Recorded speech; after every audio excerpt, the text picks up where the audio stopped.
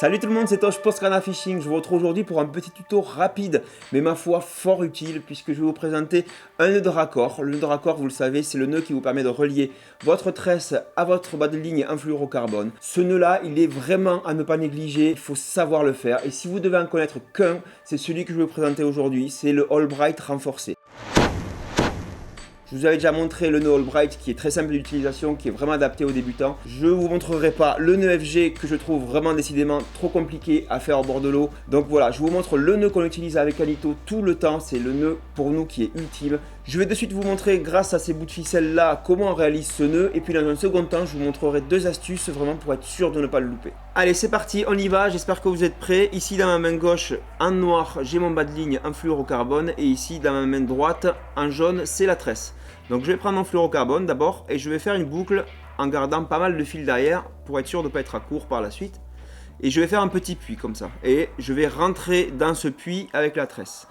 Alors cette histoire de puits, c'est un procédé mnémotechnique pour être sûr de ne pas se tromper par la suite. Là aussi je vais prendre pas mal d'excédents pour être sûr de pouvoir réaliser mon nœud. Une fois que la tresse est rentrée dans la boucle, je vais prendre mon annulaire ici de la main droite et je vais venir bloquer tout ça dans la boucle comme ceci. Ça permet de bloquer le fil et ça permet de libérer les doigts pour réaliser le nœud. Donc à partir de là, je vais prendre ma tresse et je vais venir tourner en descendant le long du fluorocarbone. Et je vais faire des stries assez espacées comme ceci. Je ne vais pas en faire beaucoup, je vais en faire 5 ou 6. Voilà. Même avec des vrais fils, hein, j'en fais pas plus, hein, j'en fais 6, ça suffit. Et ensuite, à partir de là, quand on arrive en bas, on va remonter en essayant de passer cette fois-ci dans les espaces entre les stries pour avoir un nœud qui restera relativement propre et qui passera bien dans les anneaux.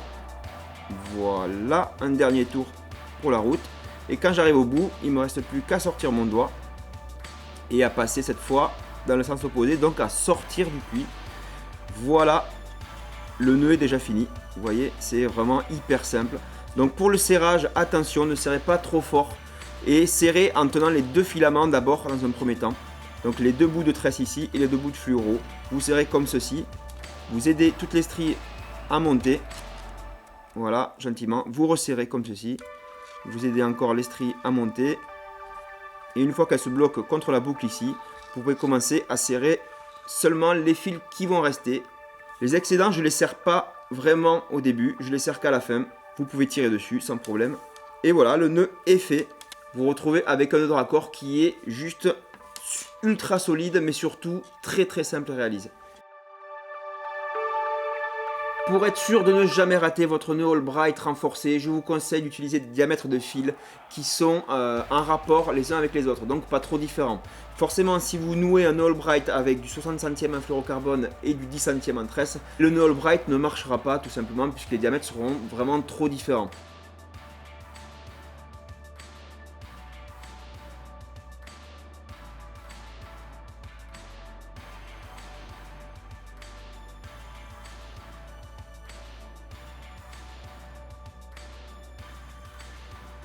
Je vous montre de suite comment je réalise le nœud avec des vrais filaments et je vous donne une autre technique au passage pour être sûr de ne pas le rater. Allez, c'est parti. Hop, je prends mon fluorocarbone dans la main gauche, je fais mon petit puits comme ceci et ma tresse dans la main droite ici que je viens rentrer dans le puits. Voilà, là l'annulaire qui vient bloquer tout ça dans ma boucle et là c'est le truc que je voulais vous donner. Cet annulaire là il est très important puisqu'il va éviter à la boucle de tourner. Si jamais vous vous trompez de sens quand vous allez ressortir par la suite, votre nœud semblera réalisé mais en fait ne tiendra pas sur la durée. À partir de là, j'ai mes doigts de libre ici et je vais tourner autour de ma boucle. 1, 2, 3, 4, 5 et 6. Je ne sais pas si vous voyez les stries ici. Je vais essayer de les espacer un petit peu. Hop, comme ceci.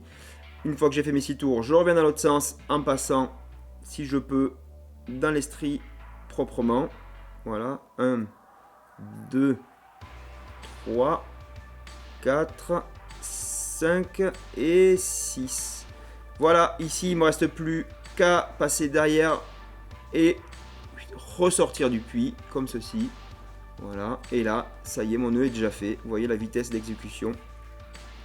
Donc beaucoup me parlent d'une FG, etc. Mais bon, j'ai essayé, franchement, j'ai essayé, je peux pas. Vraiment trop compliqué. Pour moi, c'est pas possible de passer autant de temps au bord de l'eau, en tout cas, à faire un nœud. Même si c'est un nœud qui a beaucoup d'avantages, je l'avoue. Mais bon, par rapport à un haut braille renforcé comme ceci, il n'y a pas photo. Voilà. Alors pour le serrage, encore une fois, allez-y progressivement. Voilà. Vous faites 2-3 tours de doigts en prenant soin de ne pas tirer trop fort pour pas vous couper. Voilà. Et là, c'est vraiment indestructible. Hop, je viens couper à ras. Je ne sais pas combien de temps ça m'a pris exactement de faire ce nœud, mais vous voyez, c'est vraiment très simple.